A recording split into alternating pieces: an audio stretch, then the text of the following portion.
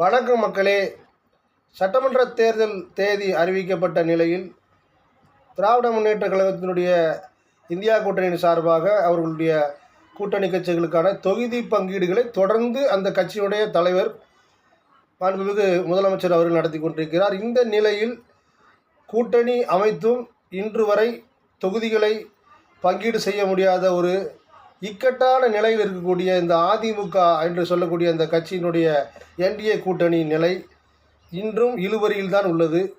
இன்று கூட டெல்லிக்கு பயணம் செய்கிறார் நம்முடைய எதிர்க்கட்சி தலைவர் எடப்பாடி பழனிசாமி.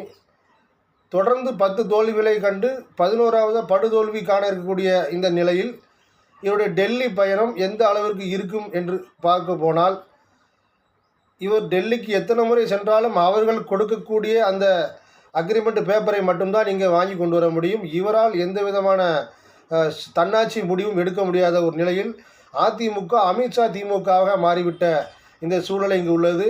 தமிழ்நாட்டு அரசியலில் இந்த 2020 சட்டமன்ற தேர்தல் அதிமுகவின் வாழ்வா சாவா என்ற நிலையில் உள்ள முக்கியமான தருணமாக உள்ளது. இங்கே டெல்லி முகமாக வரக்கூடிய பியூஷ் கோயல் அவர்கள் சென்னை வருகிறார். எடப்பாடி பழனிசாமி இங்கிருந்து செல்லுகிறார்.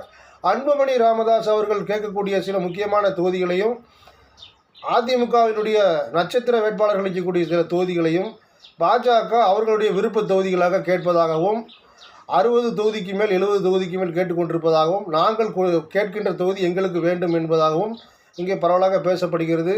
மொத்தத்தில் இந்த 2026 சட்டமன்ற தேர்தல் அதிமுகவின் அழிவு நிலையிலிருந்து காப்பாற்றப்படுமா, அல்லது எடப்பாடி பழனிசாமி தலைமையிலான கடைசி பொதுச் செயலாளர் பதவி இந்த தேர்தல் தான் என்று உறுதி செய்யப்படுமா என்பது தெரியவில்லை.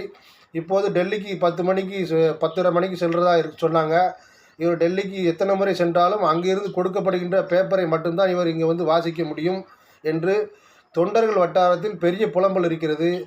அதிமுகவின் தன்னிச்சையான முடிவு 2024 பாராளுமன்ற தேர்தலில் கூட்டணி இல்லை என்று அறிவித்து அவர்கள் சந்தித்ததை போல இந்த தேர்தலை தன்னிச்சையாக செயல்பட்டு என்டிஏவிலிருந்து விலகி சந்தித்தால் தொண்டர்கள் உற்சாகப்படுவோம் என்று தொண்டர்கள் வட்டார அளவில் பேசப்படுகிறது. பழனிசாமியின் பரிதாப நிலையை பார்த்து அவருடைய கட்சி நிர்வாகிகளும் அவருடைய தொண்டர்களுமே விரக்தியில் இருக்கிறார்கள். அதிர்ச்சி அடைந்த நிலையில் அரசியல் வாரிசுகள் என்று சொல்லக்கூடிய அவருடைய முன்னாள் அமைச்சர்களுடைய வாரிசுகளுக்கு சீட் இல்லை என்று எடப்பாடி வட்டாரம் கூறிக்கொண்டு வருவதாக சில செய்திகள் பரவி வருகிறது. எது உண்மை என்று தெரியவில்லை. இன்று இவர் டெல்லி செல்வதுதான் இந்த கூட்டணி பங்கீடு குறித்த பேச்சுவார்த்தையின் இறுதி பயணமாக இருக்கும் என்கிறார்கள். ஆனால் இவர் பழனிக்கு 10 காவடி எடுத்தாலும், திருப்பதிக்கு திரும்ப மொட்டை அடித்தாலும் எடப்பாடி தலைமையிலான அதிமுக இல்லை, அமித்ஷா தலைமையிலான அதிமுக தான் தமிழ்நாட்டில் தேர்தலை சந்திக்கிறது என்று அதிமுக தொண்டர்கள் வட்டாரமே அதிருப்தியில் உறைந்து போய் உள்ளார்கள் என்பது முக்கியமான தகவல்.